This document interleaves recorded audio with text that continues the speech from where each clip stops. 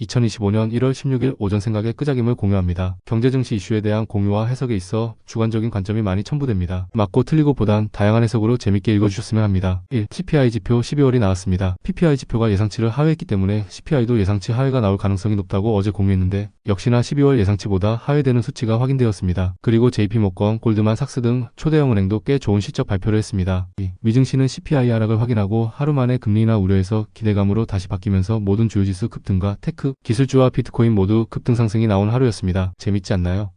간사한 마음의 변화같이 시장의 투심이 변하는 게 결국 복잡하고 어려운 금융도 투자하는 당사자는 인간이기 때문입니다. AI 트레이딩봇, 프로그램 등 여러 기술이 관여하여 감정적인 판단을 배제하여 매매를 하려 하더라도 그 자본의 원 소유주는 결과론적으로 인간이기 때문에 심리가 시장에 관여가 안 될 수가 없습니다. 이러고 또 주가가 또 조정받으면 되도 않는 우려를 또 붙일 겁니다. 단일원이라도 투자를 하시려고 마음 먹으셨는데 오늘 투자해서 오늘 무조건 빼야지라고 초단타 스캘핑을 하실 목적이 아니시라면 1일 1비 하지 마시라는 의미입니다. 3. 미국 10년물 국채금리 상승세가 결국 증시의 발목을 잡았던 것인데 CPI 발표 후 4.8%에 근접했던 금리가 무려 4.65%로 수직 급락을 했습니다. 겨우 0.15%라고 생각하실 수 있지만 미국 10년물 금리 차트를 직접 찾아보시거나 틱거래의 개념을 아시는 분이라면 이게 얼마나 큰 하락폭인지 아실 겁니다. 국채금리가 하락하니 뉴욕 증시는 23% 이상 모두 급등 시세가 나왔습니다. 모든 금융은 유기적으로 연결되어 있습니다. 사람이 음식물을 섭취하면 입에서부터 우린 보이진 않지만 몸속 내장 장기가 서로 상호 유기적으로 소화시키고 배설시키는 과정과 같이 금융도 복잡하게 심플하게 얽혀있는 상품입니다. 4. 오전 7시 40분 속보가 하나 올라옵니다. 이스라엘과 하마스가 가자 지역 휴전과 인질 등의 교환 협상안을 승인했다는 내용입니다. 2023년 10월 첫 교전 이후 15개월 만이네요. 전쟁을 시작한 이후 3일 만에 끝낼 수 있다는 지도자들이나 그걸 믿는 국민들이 있다면 착각하면 안 됩니다. 우마이너스러 전쟁도 3년째입니다. 한국도 향후 전쟁에 휩싸인다면 최소 3년 이상이 될 거고 전쟁을 부추긴 권력자들만 그의 가족들과 안전한 곳에 도피하고 입으로만 싸우지 실제 전쟁은 우리 가족들이 해야 하는 겁니다. 어찌되든 트럼프 당선을 코앞에 두고 트럼프 말대로 이스라엘의 전쟁도 종결 단계에 들어서고 있습니다. 중동 지역 전쟁 이벤트는 우선은 종결입니다. 5. 어제 국내 증시 오전 뉴스는 온통 윤석열 대통령 이야기입니다. 확실히 작년 계엄 선포 이후 전 세계의 주목을 받는 신스틸러입니다. 윤석열 대통령 덕에 정치 테마주와 IMBC 등 최근 시청률이 급등한 종목들이 이거저거 가져다 붙이며 급등한 오전장이었습니다. 대통령이 체포되면 주가가 오른다는 헛소리 퍼뜨리는 유튜브나 사칭 전문가들이 있는데 말 그대로 헛소리니 수없이 나오는 지표와 데이터를 더 신뢰하시기 바랍니다. 1980년대도 아니고 2020년대의 계엄령과 현직 대통령 구치소 구금이라는 역사를 만들어줍니다. 6. 어제 국내 증시는 딱히 호재도 악재도 없는데 그냥 외국인 형님들 칼춤에 별 재미없는 하루였습니다. 장 초반엔 잘 반등하는가 싶더니 외국인과 기관의 매도세를 역시 이기지 못하고 상승폭을 전부 반납하며 마감했습니다. 코스피는 2496포인트로 2500지수를 살짝 깨고 코스닥은 마이너스 0.9%로 711포인트로 마감하며 다행히 700지수는 지지해준 하루였습니다. 국내 증시는 아침부터 조선 섹터와 변압기 섹터가 강하게 시세를 만들어주었고 전날 미국 양자 컴퓨터 섹터가 50%에 가까운 반등에 성공하니 국내 양자 테마도 10% 이상 급등하며 다시 자리는 잡는 움직임이 나왔습니다. 2차전지가 장 초반 힘 좀 쓰더니 후반부로 차익 매물이 나오기도 하고 바이오 섹터가 전체적으로 밀리는 모습이 나왔습니다. 장막판엔 이재명 대표의 사법 리스크 반사이익 정치인 테마주가 급등하면서 정치 테마주가 움직이기도 했습니다. 7. 정치 테마주가 어제 움직인 두 가지 원인은 윤석열 대통령의 출석과 이재명 민주당 대표의 선거 관련 코멘트였습니다. 현재 공직선거법 위반 사건에 대한 항소심에 대하여 재판부는 오는 3월까지 새로운 사건 배당을 받지 않는다라는 기사가 나온 후 이재명 정치 테마주들은 마이너스 15% 이상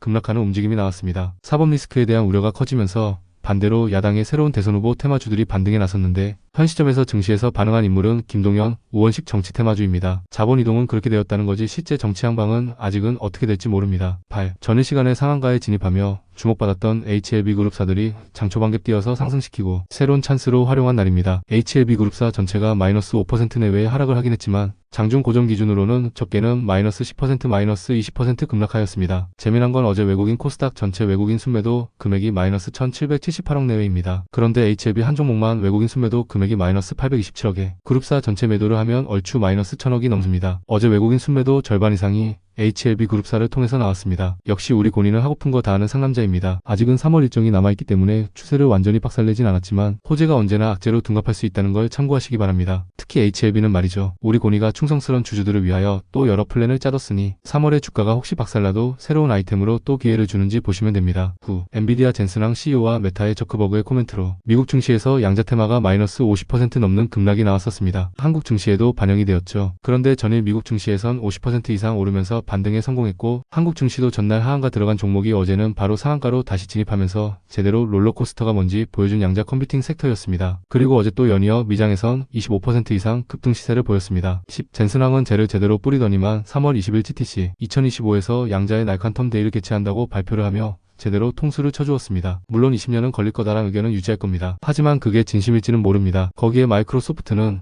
2025년을 양자 컴퓨팅을 준비하는 한 해가 될 것이라고 밝히기도 했습니다. 글로벌 픽테크들은 일부 부정적인 코멘트를 하지만 행동은 양자 컴퓨팅에 대한 진심이 보이는 모습들입니다. 투자에 있어 노이즈를 조심해야 한다고 했습니다. 그 노이즈는 외부에서 나올 수도 내부에서 나올 수도 있습니다. 호재가 있음에도 필요에 의해 악재인 것처럼 애매하게 언급할 수도 있고 반대로 악재를 호재로 둔갑시킬 수도 있습니다. 가끔 보면 많은 분들이 네이버 토론이나 익명의 글에 나오는 의견을 맹신하는 경우가 있는데 틀린 경우를 많이 보셨을 겁니다. 흐름을 놓치지 마시고 다양한 의견을 참고하되 본질을 파악하시기 바랍니다. 11. 틱톡은 결국 미국에서 퇴출됩니다. 미국 연방대법원은 2025년 1월 19일까지 중국의 모회사인 바이트댄스가 소셜미디어 앱인 틱톡을 매각하지 않으면 금지 조치를 막아달라는 도널드 트럼프 당선인의 요청을 거부할 것이라고 밝히면서 사실상 퇴출은 확정되었습니다. 바이트댄스는 미국 회사에 매각하는 대신 미국에서 틱톡을 폐쇄하겠다고 밝혔으며 이에 따라 일요일에 틱톡이 앱스토어에서 삭제될 가능성이 높습니다. 최근 앨런 머스크가 틱톡을 인수할 수도 있다는 보도가 나오는데 확실시된 건 없습니다. 12. 중국은 어플에 백도어를 설치하여 개인정보를 탈취하거나 검열, 토청 등을 중국 공산당에게 제공하는 것으로 알려져 있습니다. 최근 틱톡이 중국 공산당에 충성을 맹세하는 녹취록까지 공개되면서 틱톡 유지를 하려 했던 트럼프도 손절할 수밖에 없는 상황이 되었습니다. 물론 아직까진 트럼프는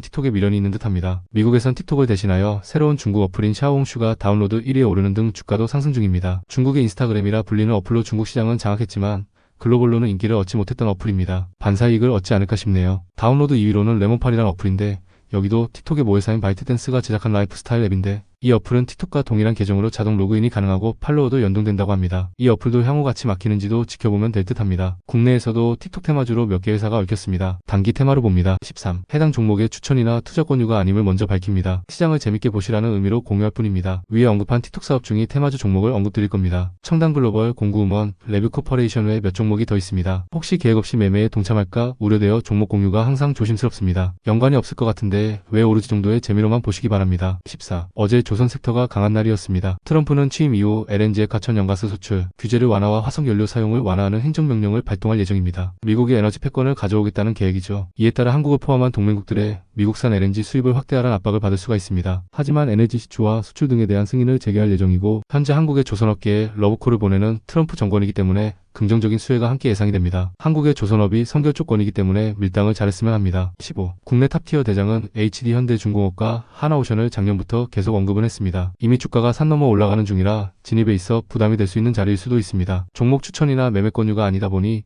두 개 대장주를 기준으로 잡으며 밸류체인 업체들을 잘 체크하시라는 의미니 참고하시면 됩니다. 16. 끄적임의 재미난 이야기로 강원랜드를 한번 공유했던 적이 있습니다. 현재 한국은 유일하게 내국인을 상대로 하는 카지노는 강원랜드뿐이며 외국인 상대로 몇 개의 카지노가 있죠. 개인적으로 한국 카지노의 미래는 그닥이라 생각합니다. 외국인이 와서 돈을 쓰기에도 솔직히 그닥이라 생각이 듭니다. 지극히 사견입니다. 17. 카지노를 불법으로 지정하던 태국이 관광객 유치로 경제 활성화를 달성하기 위하여 카지노를 합법화로 전환할 예정입니다. 최근 초안이 통과가 되었습니다. 그 배경엔 태국은 GDP 20%가 관광산업으로 채워질 정도로 외국인 관광객이 방문해서 지출하는 금액이 GDP 12%에 달할 정도로 관광산업이 국가경제의 핵심인데 코로나 이후 예전만큼 관광객이 늘어나지 않아 경기회복이 어렵고 나라 경제가 어렵기 때문입니다. 대마초도 합법화하더니 이젠 카지노입니다. 18. 아시아 지역은 지금 카지노 유치에 진심인 나라가 많습니다. 일본도 2029년도에 오사카 해변 인공섬 유메시마에 대규모 카지노 개장을 목표로 하고 있고 필리핀은 현재 50개 정도를 운영 중인데 2024년도부터 5년간 카지노 산업에 60억 달러 투자 계획을 발표하기도 했습니다. 베트남도 10개 운영해 2032년에 반돈복합 리조트를 건설 계획을 하고 있고 캄보디아에도 90개, 싱가폴도 2개를 운영하고 한국도 강원랜드를 제외하고도 17개나 외국인 전용 카지노를 운영하고 있습니다. 따뜻한 나라는 관광이 주력이기 때문에 한국보다 공격적으로 카지노 산업을 키우고 있기 때문에 상대적으로 한국의 카지노 산업은 장기적으로 메리트는 많이 떨어지지 않을까 생각하고 있습니다. 19. 불법으로 규정해서 카지노를 가지 못하게 하지만 한국에서는 이미 온라인으로 불법 카지노를 초중고생조차도 쉽게 접근하며 베팅할 수 있게 되어 있고 운영되는 판돈도 매우 큽니다. 최근 강남의 세금 미납 금액 상위 5위 중 4명이 다 불법 토토, 카지노 등을 하는 업체라고 하니 어마하죠. 확인된 미납세금만 조단이니 이럴 거면 차라리 온라인 카지노를 양성해서 세수라도 걷는 게 나은 건 아닌가 싶기도 합니다. 다만 한국은 사회적인 안정성과 도박 등 사행성, 게임으로 인한 사회적 비용과 국민의 보호를 이유로 현재까지는 온라인 카지노는 물론 내국인 카지노 허가 계획은 없습니다. 결론은 한국 카지노 산업은 현재 위기 단계입니다. 20. 메타 이야기를 이어해봅니다. 현재 SNS 플랫폼으로 가장 강력하고 영향력이 있는 건 인스타그램을 보유한 메타입니다. 가장 많은 데이터를 보유하고 있기도 하고 틱톡 금지의 수혜이기도 하죠. 이번에 메타도 성과가 없는 직원 3,000명을 정리해고를 하겠다고 발표했습니다. 그리고 해당 자리는 새로운 인력으로 채울 예정이라고 합니다. 이런 해고 이야기가 내 이야기가 되고